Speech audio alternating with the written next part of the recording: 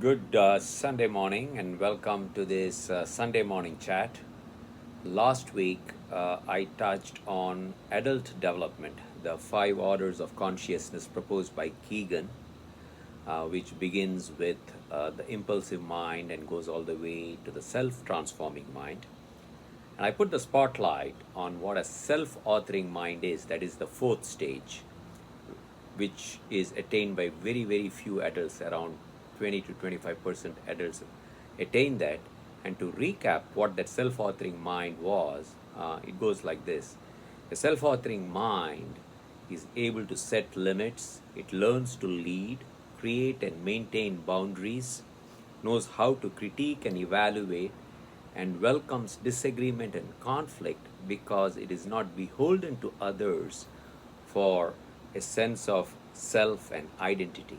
So that's a self authoring mind, and not many adults attain that level, and that's one of the reasons why we have a lot of conflict that results in many negative outcomes, broken relationships, and such. The next level that goes beyond the self authoring mind is the self transforming mind. Very, very few people, it is said that less than 5% of people in any walk of life, be it in a familial atmosphere or a professional atmosphere, attain the self transforming mind. In a self transforming mind, one is able to transform oneself and welcome multiple perspectives and ideologies, and not only that, but is able to look at the filter and biases in which one's own reality is shaped. So we are able to step back and critique ourselves.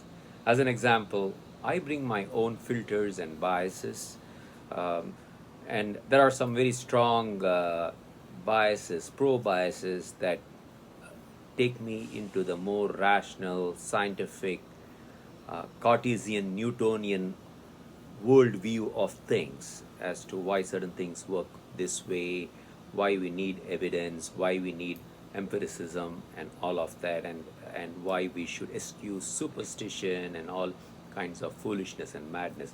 But there is another side of me as well, which in some ways is a paradox, is the mythopoetic self that I know of, having spent a lot of time understanding indigenous cultures, their shamanic traditions, which kind of informed Freud and Carl Jung's depth psychology, that we have a collective unconsciousness. All rationality and all reason and logic alone won't do. It is just not healthy, or at least it doesn't work for me. So I have my mythopoetic self, which engages in what we would refer to as holotropic, spiritual, and breath work, which makes me look at the world, or the earth in particular, as an earth mother. If you look at it from a Cartesian and Newtonian standpoint, one would say this is woo woo, this is bunk. But to me, it's a great sense of attachment, almost through my umbilical cord, so to speak, that I see that this earth here is fertile, supports me, gives me food, and so is the sun, the stars, the earth. So I express a sense of gratitude.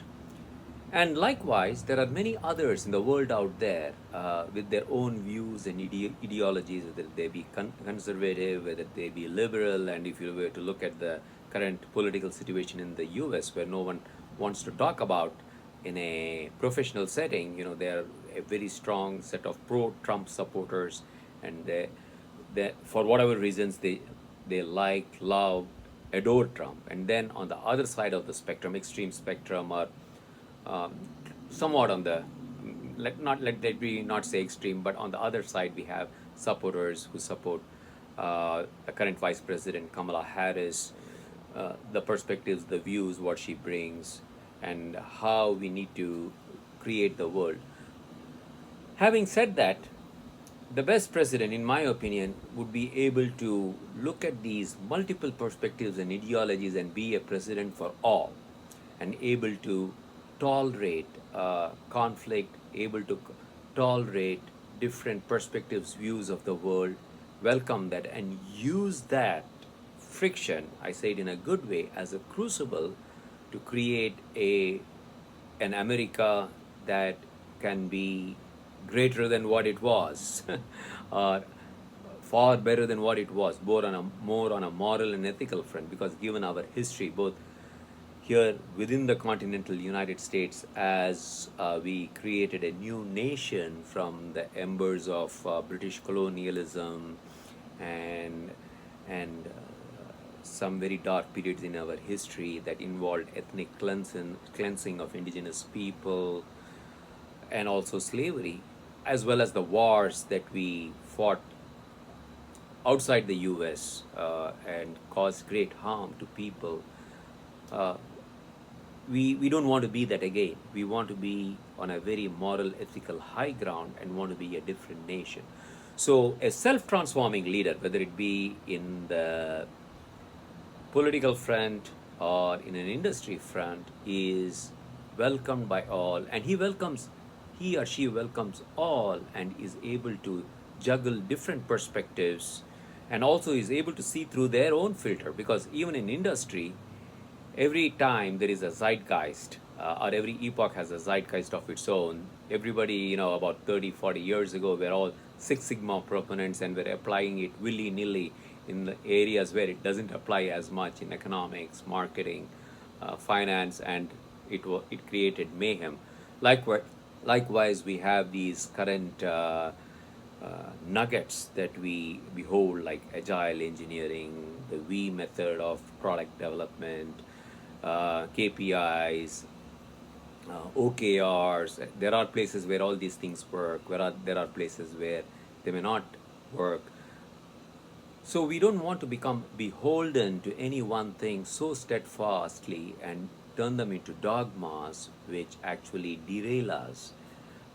And that's the act of a self transforming leader who is able to see through their filters and is able to, at the at the right time and moment, make the right decisions. And likewise, a self transforming leader is able to talk to people in a different way, based on their personality, based on their interests, and doesn't come with a broadcasting message that may fit one and all. Great leaders have done this, whether it be Abraham Lincoln, and not many people may know the former English cricket captain Mike Brearley, who was also a psychotherapist by training, brought in this method. If you were to follow, if you had followed cricket back in the day, the way he spoke with Ian Botham was very different from the way he spoke with Bob Willis. Two different personalities, two great cricket players. Likewise, if you were to look at the sporting world, India had a marvelous captain in Mansur Ali Khan Patawadi. Again, going back 30, 40 years, I was a kid at the time, and he really created what the India team is today, or set the foundation. Because back in the day, there was a lot of fractionalism. The Bengalis wouldn't cooperate with the Bombayites. The Bombayites took a very different approach, or didn't really were inclusive of people who came from Tamil Nadu and Karnataka. So they all played for themselves.